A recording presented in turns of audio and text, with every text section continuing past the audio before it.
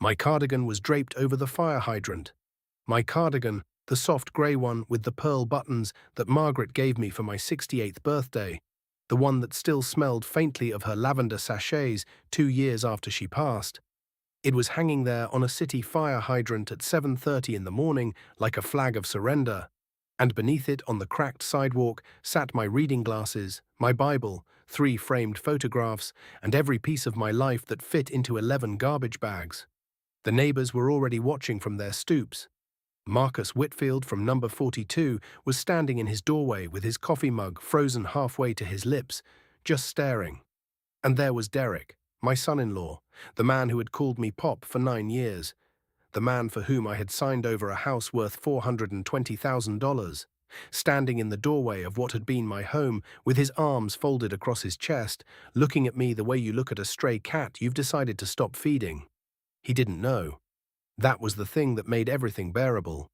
He didn't know that 48 hours earlier I had sat across from my attorney in a quiet office on Decatur Street and signed the paperwork that revoked every last cent of what I had given him. He didn't know, and I did, and for one long terrible moment I just stood on that sidewalk and looked at my grey cardigan hanging off the fire hydrant, and I made myself a promise. But I'm getting ahead of myself. Let me take you back to the beginning, because none of this makes sense unless you understand what I had, and what I lost, and what I chose to do about it. For most of my life, the house on Clement Street was the whole story. My father built it in 1959 with his own hands and the help of 3 cousins who drove up from Mobile with tools and a case of beer, and the unshakable belief that a black man in Birmingham could own something permanent and beautiful. He laid every brick of the foundation himself. He installed the windows with his carpenter's hands, measuring twice and cutting once, the way he taught me to do everything. When I was born, the house was already 12 years old, already settled into the neighborhood like it had always been there, like it had grown up out of the ground alongside the oak trees in the front yard. My mother hung white curtains in the kitchen window and kept a pot of something simmering on the stove from October through April, and the house smelled of whatever she was making, red beans, cornbread, chicken and dumplings, and of the cedar closet where my father kept his good suit, and of the particular kind of clean that comes from a woman who takes pride in her flaws. I grew up in that house, learned to walk in its hallways, learned to read at the kitchen table under the window where the oak tree threw its shadows. I left for college and came back after, and I brought Margaret home to that house when we married in 1979, and she fit into it as naturally as if she had always lived there, as if the house had been built with a space shaped exactly like her that had just been waiting to be filled. We raised our daughter Renata in that house, in the room that had been mine, with the same white curtains her grandmother had hung in the kitchen, because some things are worth keeping. My father died in 1991, sitting in his armchair in the living room with the television on, and my mother followed him in 2004, and by then the house was mine and Margaret's completely, and we put our own marks on it slowly and deliberately. New tiles in the bathroom, a reading nook built into the parlor wall, a garden in the back where Margaret grew tomatoes and sweet peppers, and a fig tree that took 7 years to give fruit. When Margaret died in 2021, the house became mine alone, and I was 68 years old, and the weight of all that history pressed down on me in the nights in a way I had not anticipated and could not easily describe. Renata had been married to Derrick Holloway for 6 years when her mother died. I had known Derrick for nearly a decade by then, and I will say truthfully that I had never fully trusted my instincts about him, because my feelings about Derrick were complicated in ways I preferred not to examine too closely. He was handsome in the way that makes people nervous, not the clean, open handsomeness of a man who has nothing to hide, but the polished, studied handsomeness of a man who understands its usefulness. He dressed carefully. He smiled often and completely, the kind of smile that shows all the teeth. He called me Pop from the first time Renata brought him to Sunday dinner, before I had any sense of who he was, and the word had always sat slightly wrong in my ear, like a shoe that is the right size but the wrong width, comfortable enough on the surface, producing a friction you can ignore for a while. He worked in real estate, not as an agent, but as what he called a developer, though in my experience the projects he developed had a way of going wrong in expensive ways that somehow never quite cost Derrick himself money. He had a talent for enthusiasm that I came to recognize as a kind of professional skill, a tool he deployed with precision, and I admired the skill even as I suspected its application. Renata loved him without reservation, which was her right, and I loved Renata without reservation, which was mine. And so Derrick Holloway occupied a permanent and uncomfortable position just at the edge of my affection, tolerated but not trusted, welcomed but never fully at ease in my presence. I am not sure he noticed. Men like Derrick tend not to notice the things they choose not to notice. After Margaret died, the grief settled over me like weather. Not the sharp, sudden grief of the first weeks, which is almost manageable because it has a physical urgency that keeps you moving, getting through the funeral, getting through the days, absorbing the casseroles and the phone calls and the well-meaning visitors. That kind passes like a storm. What replaces it is quieter and more persistent. A grey, persistent weather that colours everything and makes the house feel different. The rooms too large and too still. The kitchen in the morning particularly difficult because the coffee pot was hers and the curtains were hers and the fig tree in the backyard was hers. And she had died in February before the figs came, and I didn't know if I could bear to watch them come that summer without her. It was in this weather that Renata started calling every day, and I was grateful for the calls, genuinely grateful, because she has her mother's voice in the mornings. That particular quality of warmth and practicality in equal measure, and talking to her in the mornings helped. She started coming by on Sundays, then on Saturdays too. Then Derrick started coming with her, appearing in my kitchen on Sunday afternoons with his polished shoes and his wide smile, helping himself to coffee and sitting across from me at the table where my father had taught me to read, looking around the kitchen with that particular expression that I had seen on his face in other contexts, and that I recognized now, belatedly, with a lurch of my stomach. The expression of a man who is calculating. The suggestion was Renata's, which is what made it so effective. She brought it up on a Sunday afternoon in September 2022, about 18 months after her mother's death, while I was making cornbread in the kitchen and Derrick was sitting at the table with his coffee. And she sat down across from him and said, in her mother's warm, practical voice, that she was worried about me being alone in this big house, that the stairs were getting harder for my hip, that the neighborhood was changing, and she didn't love the idea of me here by myself. And wouldn't it make sense? Wouldn't it make more sense for all of us to live here together? She said it gently and with genuine love. I believed that then, and I believe it now. And she looked at me with Margaret's eyes, and I felt the grief and the loneliness lean into me like a warm thing. And I said I would think about it. I thought about it for 6 weeks. I talked to my doctor, who confirmed that the stairs were putting strain on my hip and would continue to do so. I talked to my oldest friend Theodore, who listened and said nothing for a long time, and then said carefully, "James, you know I love Renata. I've always loved her, but I want you to think about what you know about Derrick, not what you feel, what you know." I told Theodore that I knew Derrick had been a reliable husband and that Renata was happy and that they had 2 children now, ages 4 and 2, and that the house was too quiet. Theodore said, "All right, I hear you." There was something in the way he said it. I filed it in the drawer where I keep the things I'm not ready to look at and moved on. In November 2022, I signed the deed of gift that transferred the house on Clement Street to Renata and Derrick Holloway jointly, retaining for myself a lifetime right of occupancy, meaning the right to live in the house for the rest of my life, which right was signed, notarized, and recorded with the county. This is the most important sentence I have told you. Remember it. They moved in December. The first weeks were good. The house filled up with the sounds of children. My grandchildren, Imani who was 4 and little Marcus who was 2.5. And I will not pretend that didn't help, because it did, genuinely. Imani took to me immediately in the uncomplicated way that 4-year-olds have, climbing into my armchair with me in the evenings to be read to, demanding the same 3 books in the same order every night. And I read them to her with absolute obedience, and when she fell asleep against my arm with her thumb in her mouth, I felt something I had not felt since Margaret died, which was that I was necessary.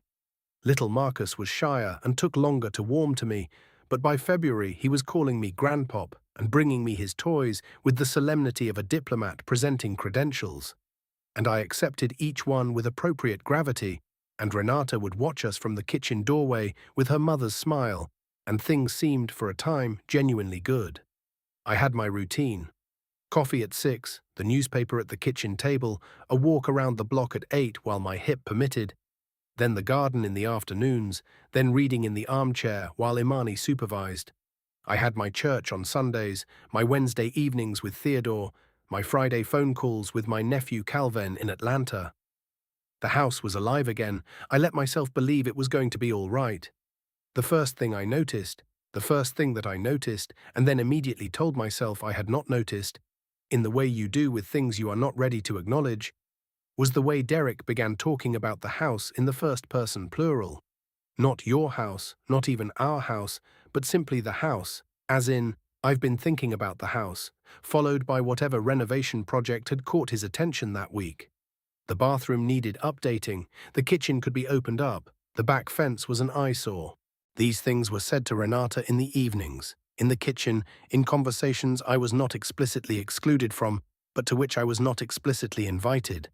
Conversations that I heard in fragments from the hallway or the parlor, with a growing sense of unease that I continued to decline to examine directly. In March, 4 months after they'd moved in, Derrick announced that he had spoken to a contractor about opening up the wall between the kitchen and the dining room. He said this at dinner with the particular casualness of a man who has already made the decision and is now informing rather than consulting. I set down my fork. I said quietly that the wall between the kitchen and the dining room had structural significance and that my father had built it. Derrick smiled. "Of course, Pop," he said. "We'll get a full structural assessment. Don't worry." He went back to his food. I looked at Renata. She looked at her plate. I should have pushed. I know that now. But the peace of the house was so fragile and so precious to me at that point. The sound of Imani's voice reading her picture books aloud to herself in the next room, that I chose the thing I always chose in those months. I chose to not disturb it. I finished my dinner. I went to my armchair. Imani climbed in beside me. I read to her about the caterpillar who ate through everything in the world, and she corrected my page-turning timing with the authority of a theatrical director, and I made myself believe that the conversation at dinner had been nothing. Then came the Saturday afternoon in May when I came home from Theodore's to find 3 men in my house that I did not recognize, walking through the rooms with clipboards and measuring tapes. They were wearing polo shirts with a contractor's logo on the breast pocket, and they were measuring the kitchen wall, my father's kitchen wall, and speaking to each other in low professional voices while Derrick stood in the doorway, watching with his hands in his pockets, and that expression I was learning to read. The calculating expression, the one that made the muscles along my jawline tighten. I stood in the entrance hall and looked at him.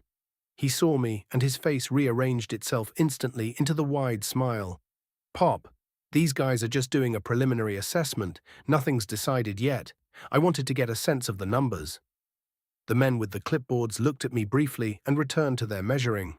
I stood there in the entrance hall of the house where I had been born, the house my father had built with his own hands, and felt something shift in my chest that was not quite anger yet. Anger would come later, properly and at full strength, but was the precursor to anger, the cold forerunner of it, the thing that lives in you and waits. That night I lay awake in my bedroom until 2 in the morning. The house was quiet around me, Derrick and Renata's bedroom down the hall dark and still, the children asleep in their rooms, the fig tree invisible in the back garden below my window. I stared at the ceiling that I had stared at as a child, in this same room, counting the same plaster whirls, and I thought about my father's hands, and about the word preliminary, and about the fact that I had a lifetime right of occupancy recorded with the county, and about Derrick's smile, and about Theodore's careful voice saying what you know about Derrick, and about all the things I had chosen not to look at. And at 2 in the morning I got up and made myself a cup of coffee and sat at the kitchen table and looked at the wall my father had built, and I started making a list. The list was in my head at first, but after a while I got a legal pad from the drawer, the same drawer where my mother kept the rubber bands and the small change, and I started writing things down. The contractors without consultation, the conversations about renovation that happened without me, the way Derrick referred to the house in company. "We're planning to modernize the kitchen. We're going to open it up. We're thinking about a second bathroom." Always we. never with reference to what I thought. The way Renata had stopped asking my opinion about things in the house, a gradual and incremental withdrawal that I had not noticed happening, but could now, in the 2 in the morning clarity of the kitchen table, trace back to its beginning, which was approximately 3 months after they moved in. A small thing. She had stopped asking whether I wanted anything from the grocery store. A smaller thing. She had stopped telling me about her plans for the weekend. Smaller still, she had started closing the kitchen door when she and Derrick had conversations in the evenings. These were small things, each of them individually explainable, collectively forming a pattern that I wrote on my legal pad at 2 in the morning, with the slow, reluctant precision of a man writing a diagnosis he doesn't want to confirm. I was still sitting there when the kitchen door opened at 5:45 in the morning, and Derrick came in wearing his running clothes, and he stopped when he saw me, and some very quick thing, passed across his face before the smile came back. "Pop. Couldn't sleep?" I said I was fine. I folded the legal pad and put it in my robe pocket. He made himself a protein shake, watched me for a moment with an expression that was still smiling, but that had something careful behind it. And then he said, with a casualness that was not quite casual enough, "Hey, I've been meaning to talk to you about the basement. I think there's some real potential down there. Maybe a rental unit. It could generate some income for the household." The word household sat in the air between us. I looked at him. "I'll think about it," I said. He nodded, still smiling, and went for his run. I sat at my father's kitchen table and looked at the wall my father had built, and I thought about the word household, and I understood with a completeness that I could no longer dispute that my son-in-law had decided, at some point that I had not been present for, that this house was his.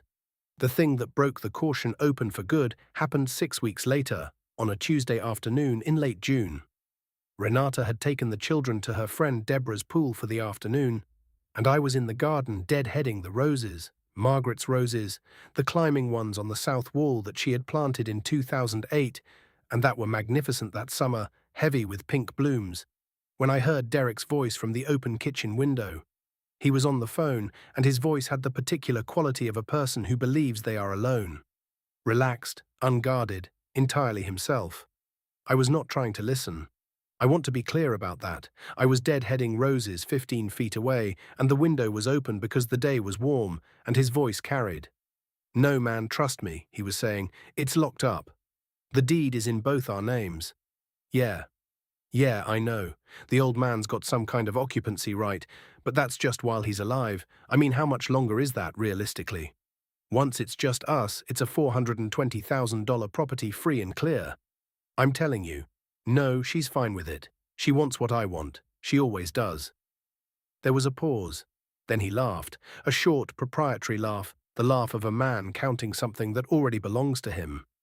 "Yeah, we're thinking fall of next year. Nice little payday." I set down the pruning shears. I did not know in that moment that I had set them down.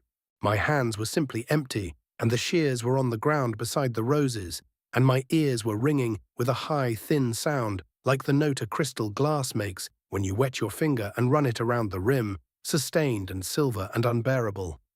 I stood in the garden with Margaret's roses heavy and pink and beautiful around me, and I thought, with extraordinary clarity, how much longer is that, realistically?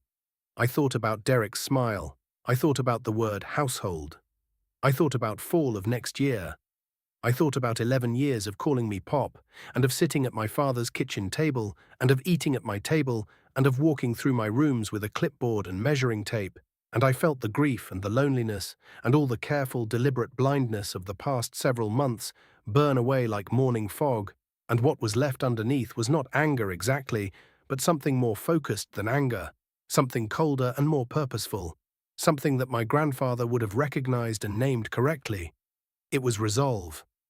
I went back inside through the garden door. I walked past the kitchen, where I could hear Derrick still on his phone, past the parlor with the reading nook Margaret had loved, past the framed photographs on the staircase wall, my father as a young man, my parents on their wedding day, Margaret and me at Renata's college graduation, Imani at her first birthday, up the stairs to my bedroom, and I closed the door quietly. I sat on the edge of the bed. The room was full of afternoon light. I could hear the oak trees outside moving in a small wind. the sound I had fallen asleep to every night of my childhood. I breathed, and then I picked up my phone and I called Calvin in Atlanta. Calvin is my brother Robert's son, and he is a property attorney, and he has been telling me for 4 years that I should call him if I ever needed anything, and I had always declined because I was proud and because I did not want to believe I would ever need to. "Uncle James," he said in his quick, precise voice. "What's going on?" I told him. All of it, from the beginning, while the light moved across my bedroom floor and the oak trees moved in their small wind. When I was done, there was a silence that lasted exactly long enough for him to absorb what I had told him. "Uncle James," he said again, and his voice had changed. "Do you still have the paperwork? The original deed? The occupancy right documentation?"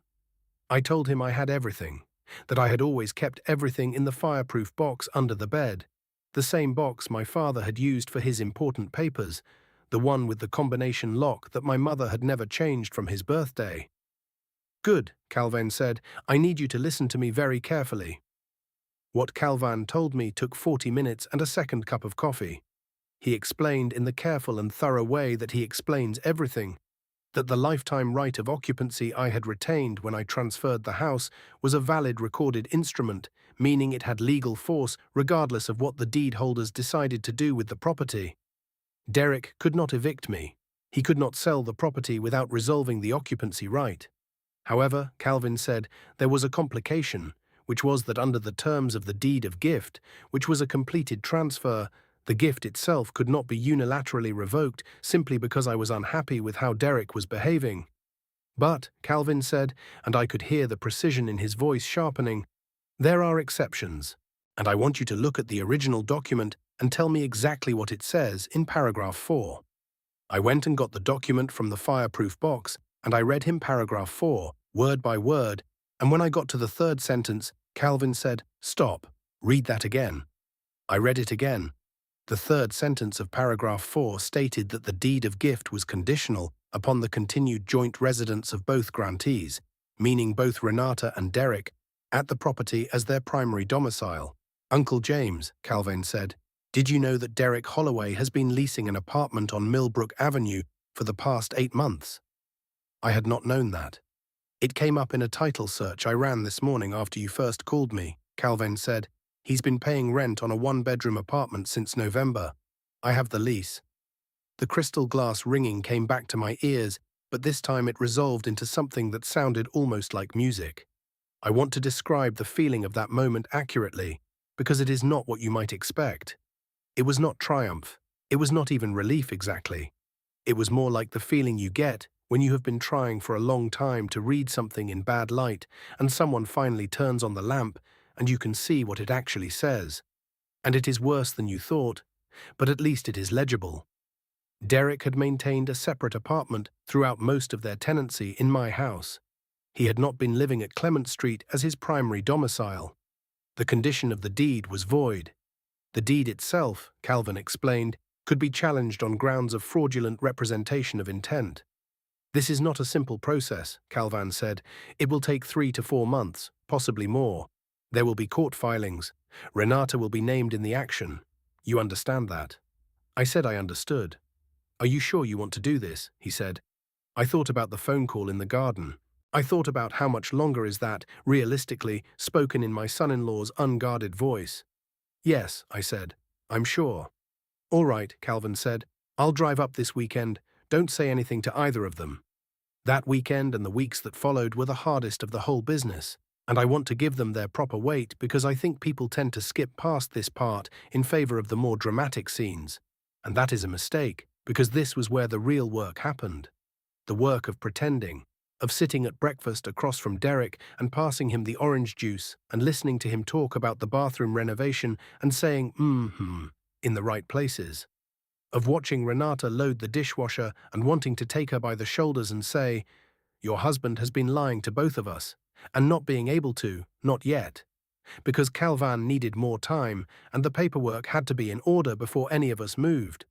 Of reading to Imani every night and feeling the weight of her against my arm and understanding that the thing I was doing would cause her family to fracture, and choosing to do it anyway, because the alternative was to let her grow up in a house where the man who owned it believed its previous occupant was just waiting to die. Of sleeping in my father's house and hearing the oak trees and thinking about my father's hands and my mother's curtains and Margaret's roses in the back garden, and knowing that what I was protecting was not just property, but the specific gravity of all those years, all that love made permanent in brick and plaster and fig tree. Calvin came and went twice, quiet and professional, meeting with me in my bedroom with the door closed while Derrick and Renata watched television downstairs. My poker face improved considerably during those weeks. I became very good at the Calvin filed in late July. The first indication that anything was happening came to Derrick's phone, I imagine, in the form of a certified letter from the probate court. I was in the garden when it must have arrived, because I heard Derrick's voice from upstairs take on a tone I had not heard from him before. Not the smooth, managed tone of his daily performance, but something raw and louder, and then the sound of feet on the stairs, and then the back door opening. He was standing on the patio in his undershirt, holding a letter, and his face was doing things it didn't usually do. The polish was gone. The smile was entirely absent. What was there instead was a man who had received information that did not fit his model of the world and was trying urgently to refit the model. He looked at me in the garden. I was holding my pruning shears. I had been deadheading Margaret's roses again. I looked back at him with what I hope was an expression of polite inquiry.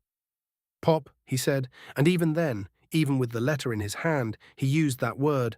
"What is this?" He held the letter up. "A legal document," I said. "Pertaining to what?"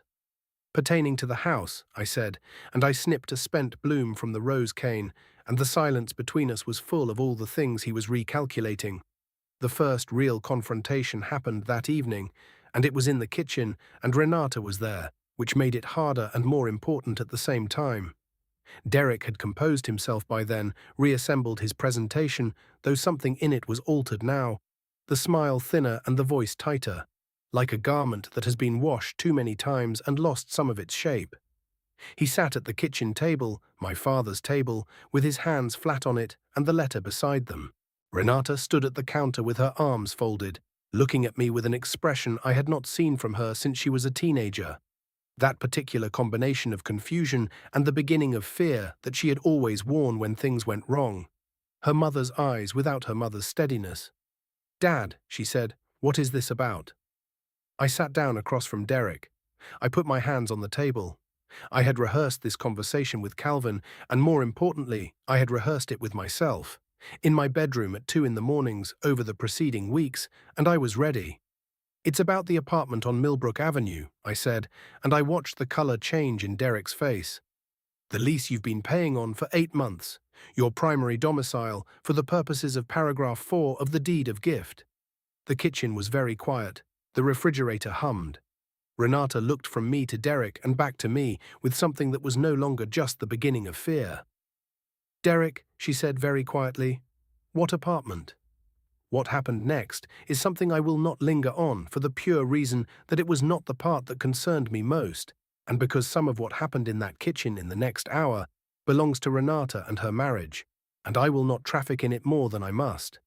What I will tell you is that Derrick lied first, reflexively, smoothly, the kind of lie that has been prepared in advance, and then was confronted with the lease documents that Calvin had printed and that I had placed quietly on the table, and then lied in a different way, a less polished way, a way that involved the word investment and the phrase "for our future," and an explanation that shifted and reshaped itself several times in the space of 5 minutes until it was no longer recognizable as an explanation, but only as language filling a space where an explanation should have been.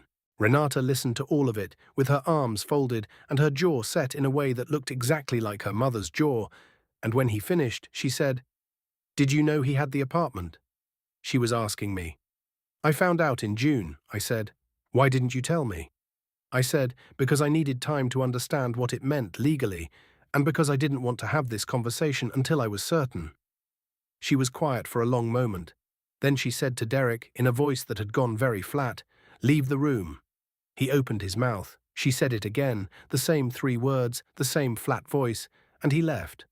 The night after that first confrontation was, I think, the lowest point for me personally, because it was the night I had to fully absorb what was happening to my daughter. I sat in my armchair after the children were asleep and the house had gone quiet, the kind of quiet that has a temperature to it, and I could hear Renata and Derrick in their bedroom down the hall, not the words but the voices, his low and urgent, hers harder and less variable, and I thought about Margaret, about the specific way she had of putting her hand on Renata's shoulder when Renata was hurt, a pressure that conveyed everything without words, and I felt her absence as a physical thing, a cold space in the armchair beside me where she would have been. I had a glass of bourbon. I sat with it a long time. I thought about what it costs to be right and whether it is always worth it. And I thought about Imani asleep in her room with her thumb in her mouth, and about the fig tree that was giving fruit again this summer, the way it always had, regardless. After a while I went to bed. I did not sleep, but I lay in my father's house under the dark ceiling and listened to the oak trees. And at some point in the early morning, I felt the cold thing in my chest resolve into something quieter and cleaner. Not peace exactly, but the place just before peace, the place where you have accepted what you must do and simply have to wait for the right moment to do it. The second confrontation came 4 days later, and this one was Derrick alone, which was different in important ways. He found me in the garden in the morning after Renata had taken the children to school, and he came out without his polish, without the prepared smile, wearing a look I recognized as the true face under all the performance. The look of a man who is calculating odds and doesn't like the numbers. He sat down on the garden bench without being asked, the bench my father had built from cedar in 1972 and that I had refinished 3 times, and he leaned forward with his elbows on his knees and his hands clasped, and he said, "Pop, James, let's talk man to man." I set down my coffee. "All right," I said.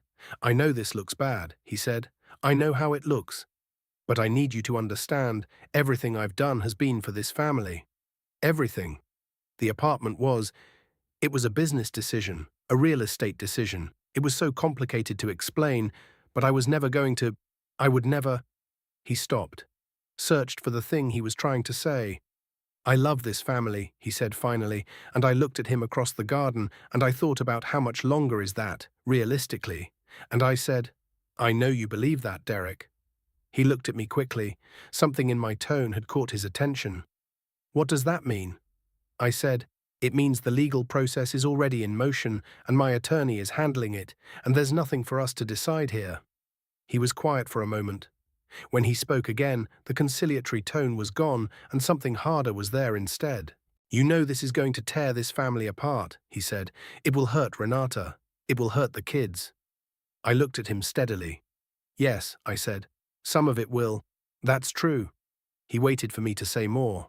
I didn't. After a while he went back inside, and I finished my coffee in my father's garden beside the fig tree that was heavy with fruit. And the morning was very clear, and the roses smelled the way they always smell in the mornings before the heat gets into them.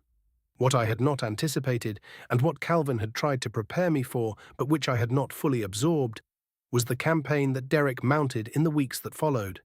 He was a developer, a man who had built a career on reading situations and finding leverage, and the legal process was moving at its own pace, and he had time, and he used it methodically.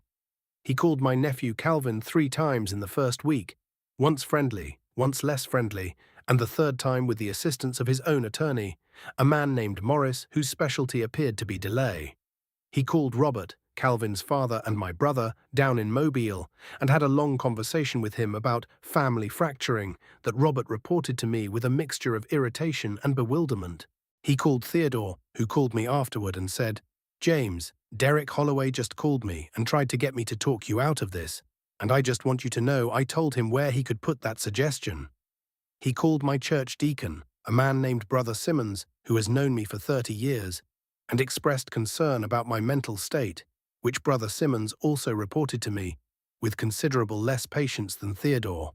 And he called Renata's friend Deborah, who had known Renata since college. And there the campaign finally misfired because Deborah called Renata directly, and what Deborah told Renata during that conversation was the second thing that broke the situation open for good, the way the apartment had been the first. What Deborah told Renata was that Derrick had called her not to express concern about me, but to ask Deborah to help him persuade Renata to side with him against the legal action. Derrick had told Deborah that Renata was confused about the situation and too influenced by her father, and that somebody she trusted needed to talk some sense into her. Deborah, who is a woman of considerable directness, had told Derrick that she would be happy to talk to Renata, and then had immediately called Renata and told her exactly what Derrick had said, word for word, and then had added her own assessment, which was that any man who called his wife's best friend to manipulate her behind her back had a much bigger problem than a property dispute. I was not present for Renata's conversation with Deborah. I know what came out of it because Renata came to my room that evening and sat on the edge of my bed and was quiet for a long time, and then she said, "Dad, I've been trying to figure out whose side I'm on, and I realize that's the wrong question. The question is what actually happened, and I think I've been looking away from it because looking at it was too hard." I said, "I know, baby." She said, "The apartment, Dad. 8 months. He had an apartment for 8 months." I said, "Yes." She said, "What else don't I know?" I said, "I think that's a conversation you need to have with Calvin and with your own attorney." Renata got her own attorney in August. Her attorney was a woman named Patricia Okafor, who had an office on 22nd Street and who, according to Calvin, was extremely good. Patricia Okafor met with Calvin and with me together on a Thursday morning, and the three of us sat around a conference table and laid out the full picture, which was more complete by then because Calvin's investigation had continued to uncover things. There were, it turned out, 3 entities, real estate development LLCs, that Derrick had been operating for the past 4 years without Renata's knowledge. There was a personal investment account in Derrick's name alone, funded in part by transfers from their joint account, totaling a sum that Calvin quoted carefully and deliberately, and that made Patricia Okafor set her pen down with a very precise click. There was the apartment on Millbrook, which was leased in the name of one of the LLCs, and there was an email chain, recovered through the discovery process, between Derrick and a colleague named Vincent, in which Derrick discussed the Clement Street property with a specificity that indicated he had been thinking about it in financial terms since before they moved in. The emails were detailed and professional and cold, the way plans are when they're already complete and just waiting for execution. One of them, dated February 2022, 2 months before Renata suggested they all move in together, referenced the house directly and included in Derrick's language the target timeline and the occupancy right issue which should resolve itself. I read that email 3 times in Patricia Okafor's conference room, sitting in a leather chair with the morning light coming through the blinds, and I thought about Renata sitting across from me at my kitchen table and saying it would make sense for all of us to live here together. And I thought about what it means to use the people you love as instruments. And I thought about how long it must have taken him to prepare that conversation, how carefully he must have shaped it, how he must have counted on Renata's love for me and her worry about me and her genuine goodness to carry the thing he could not have carried on his own. I said nothing in the conference room when I finished reading the email. I folded the paper carefully and placed it back on the table. Patricia Okafor was watching me. "Mr. Holloway," she said, "how are you?" I said I was fine. She looked at me for a moment longer and then nodded. "All right," she said, "let me tell you where we are." Where we were, Patricia Okafor explained, was in a strong position, legally speaking. The deed challenge was solid given the demonstrated fraudulent intent evidenced by the emails and the prior existence of the apartment. Calvin's filing was on track.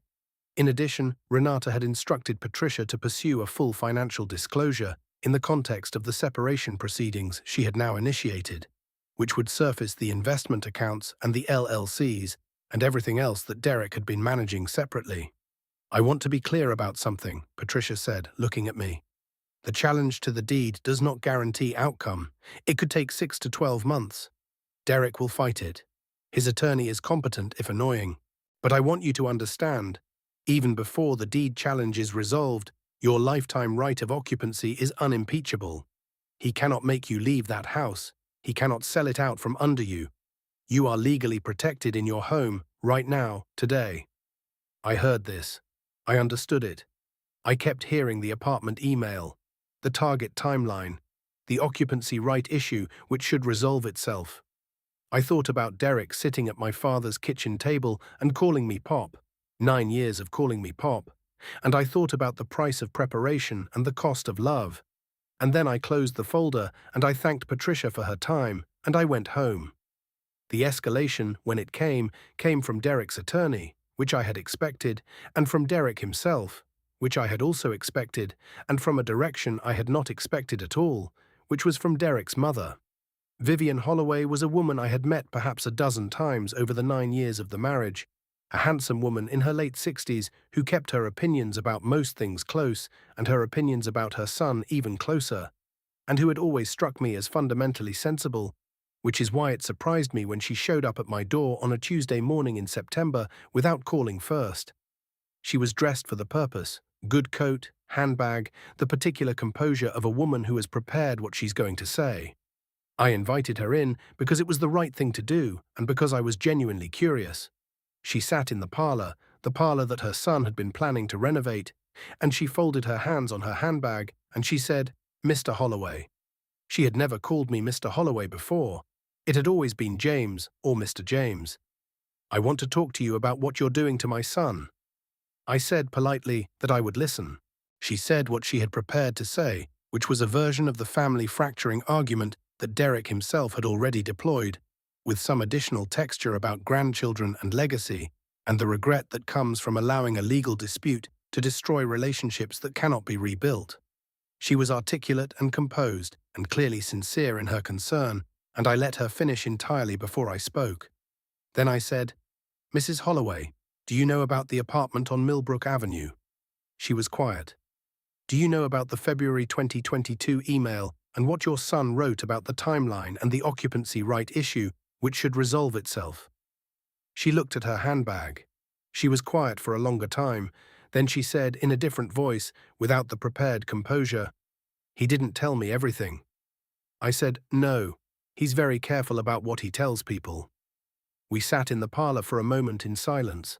Then she said quietly, "James, I'm sorry." I said I appreciated that. She left without another word, and I stood in the doorway of my father's house and watched her car pull away, and I felt nothing in particular, which is itself a feeling worth noting. Derrick's escalation after that was less strategic and more emotional, which told me that the legal position was getting to him. In October, he stopped being polite in the house. Not dramatically, Derrick was too controlled for drama, but the performance fell away in increments, the way wallpaper peels in a house with water damage, a corner at a time, revealing the substrate. He stopped calling me Pop. He started referring to me in the third person in conversations that I was present for, a small territorial aggression that I recognized and declined to respond to. He was curt with Renata in my presence in a way that was clearly intended to communicate displeasure rather than actually communicate anything. The children felt it. Imani stopped bringing her picture books to my armchair, retreating from the atmosphere the way children do, with an instinct for self-protection that adults forget they once had. Little Marcus stopped calling me Grandpop. Those were the losses that cost the most, the ones I counted in the evenings when the house was quiet and I sat alone in the parlor and went over my accounts. The formal legal hearing was set for the second week of November. Calvin had filed everything and the case was solid and the court date was on the calendar, and I had, for the past 3 weeks, been sleeping better than I had in months. Sleeping with the particular ease of a man who has done what he can do and now simply has to wait. It was the waiting that Derrick could not manage. Whatever patience he had possessed had by October been exhausted by the legal process and by Renata's attorney and by the uncovering of the financial accounts and the LLCs and all the rest of it, and what was left was impatience and something that resembled rage and the remnant of a plan that had never accounted for resistance. I think the act itself, the act of putting my belongings on the sidewalk, was not premeditated in any detailed way. I think it was the action of a man who has run out of other options and whose ego has been badly damaged and who woke up on a particular October morning and decided on an expression of dominance that would feel satisfying regardless of its legal consequences. I think he did not actually think through the legal consequences. This is not uncommon in people who have been primarily successful by reading rooms rather than statutes. I need to tell you about the morning itself, because it deserves its full account. I had come home from an early morning walk. I try to get my walk in before 7 when the hip is still loose from sleep and the street is quiet. And I turned the corner onto Clement Street and I saw the pile on the sidewalk from halfway down the block. At first I thought someone had put out trash, and then I got closer and I saw my grey cardigan on the fire hydrant. And I stopped walking. The pile was substantial, 11 garbage bags, arranged with a care that was almost considerate, as if someone had taken the time to make the abandonment neat. I could see the frame of the photograph of my parents at their wedding. I could see the edge of my Bible, the one with my mother's name on the inside cover in her handwriting. I could see the corner of the box that held Margaret's letters, 23 years of birthday cards and notes and small folded pieces of paper with grocery lists and private jokes, letters that I had kept in a shoebox under the bed since 2021 and that I had not been able to throw away or store anywhere but close because they were the last of her voice. Marcus Whitfield from number 42 was standing in his doorway across the street with his coffee cup, watching. 2 doors down, Mrs. Patterson from number 38 had come out onto her front steps and was watching with her hand over her mouth. And Derrick was in the doorway of my father's house with his arms folded and the expression I have already described, the expression of a man who has made a decision and believes it is final.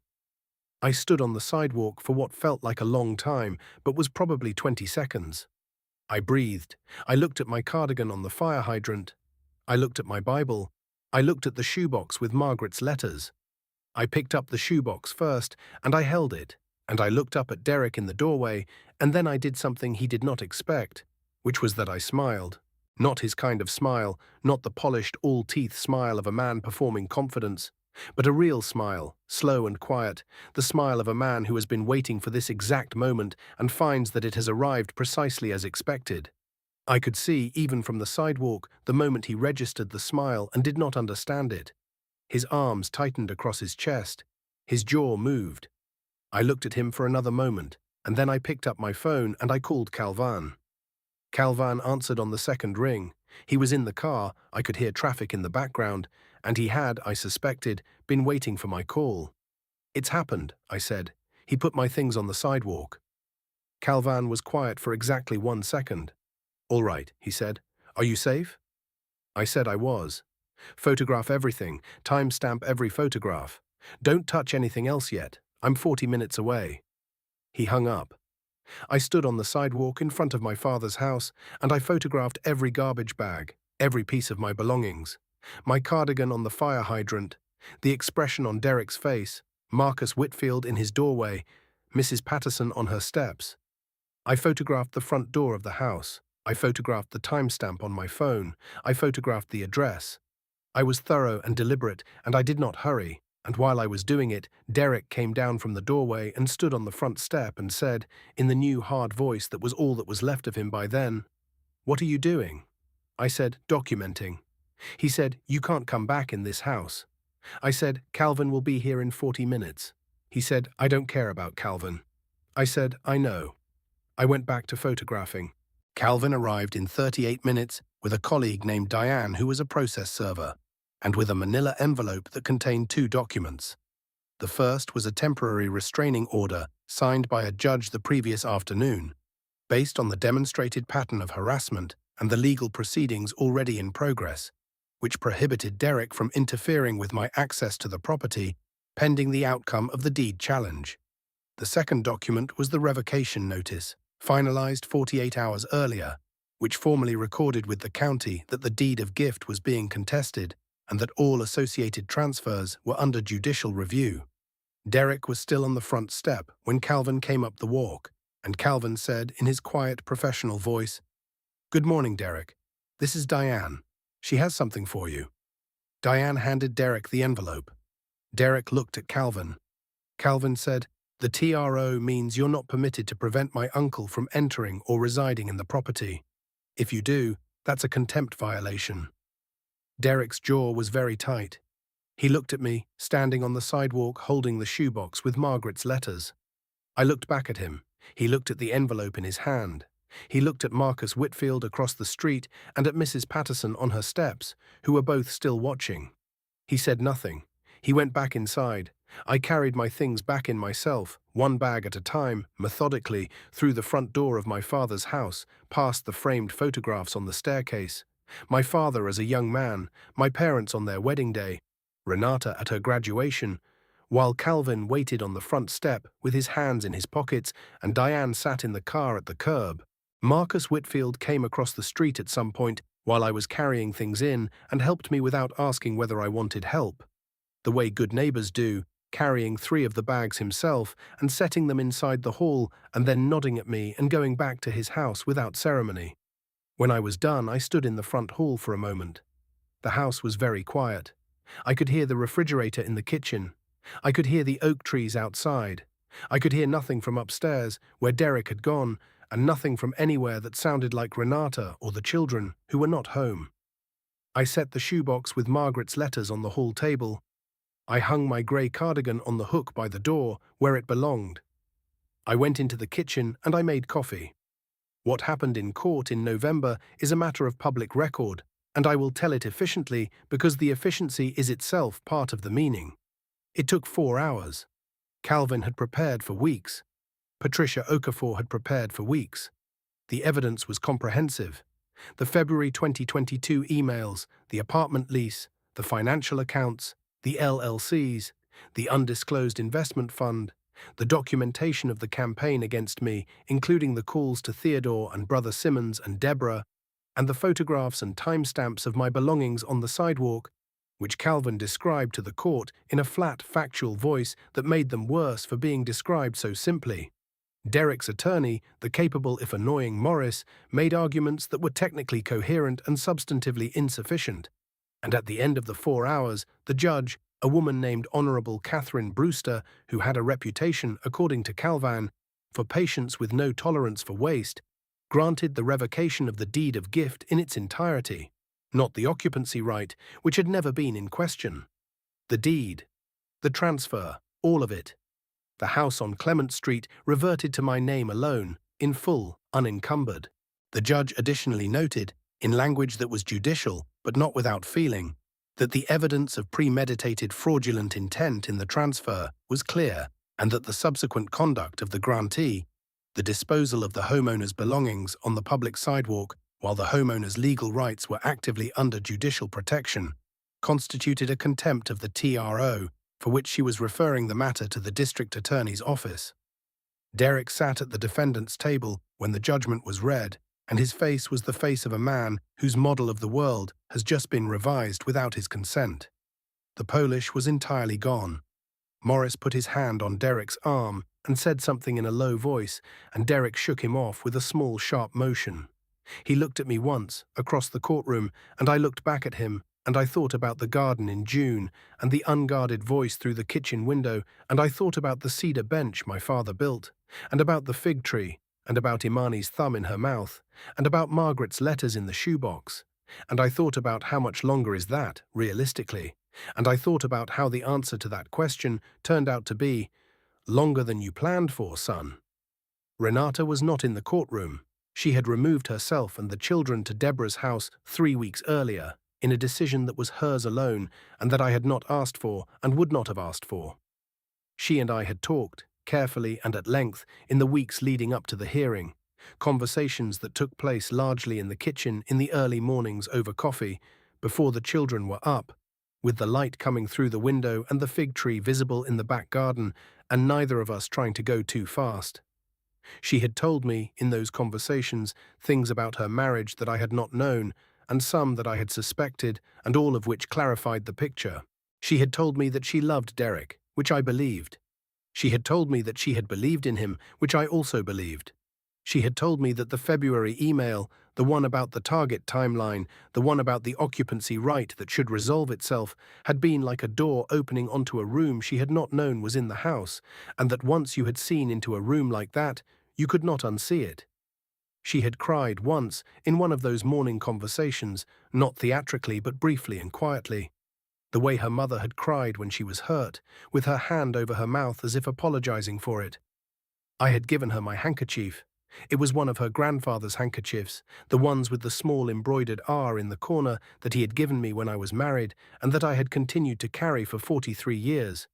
And when she took it from me, she looked at it and then looked at me, and I could see her putting the pieces together. The long chain of things that had been handed down, the house and the handkerchiefs and all of it, and I thought, you understand now. I didn't say it. I didn't need to. The months after the judgment were quieter than I had anticipated, which is often the way when a long storm ends. Derrick moved into the Millbrook Avenue apartment officially, the one he had been maintaining in secret all along. Patricia Okafor's work on the financial disclosure produced a settlement in which Renata received a substantial portion of the undisclosed accounts and a child support arrangement that Patricia described as appropriate, which I interpreted to mean she had done well. The DA's referral produced, in February, a misdemeanor contempt charge to which Derrick eventually pled, resulting in a fine and a period of supervised probation. Morris submitted a bill that, by Calvin's estimate, probably exceeded what Derrick's hidden investment account had been designed to protect. These are the practical outcomes, and I record them because they are true, and because there is a particular satisfaction in the precision of justice that mirrors itself. The man who planned to wait for his wife's father to die out of a house he intended to sell found himself instead with a contempt charge, a legal bill, a dissolved marriage, an apartment he had been trying to hide, and a former father-in-law who was still, very much, alive. Calvin came back for Thanksgiving, which was the first Thanksgiving I had held in the house since Margaret died.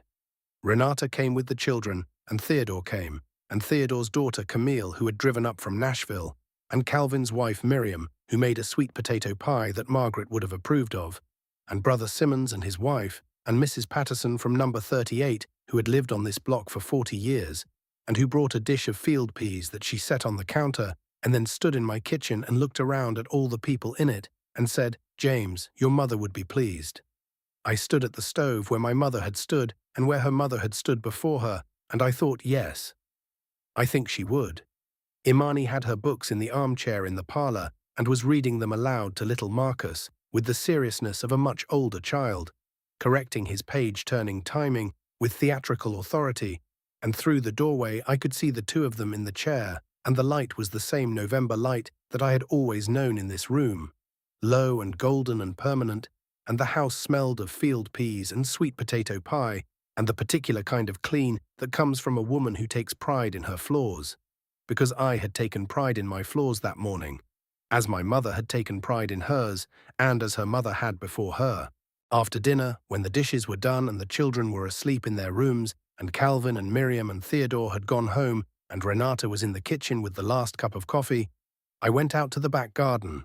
The fig tree was bare for the season, its branches clean against the November sky, and Margaret's roses were cut back to their winter shapes, and the cedar bench was there where my father had put it in 1972, holding its own in the cold air. I sat on the bench.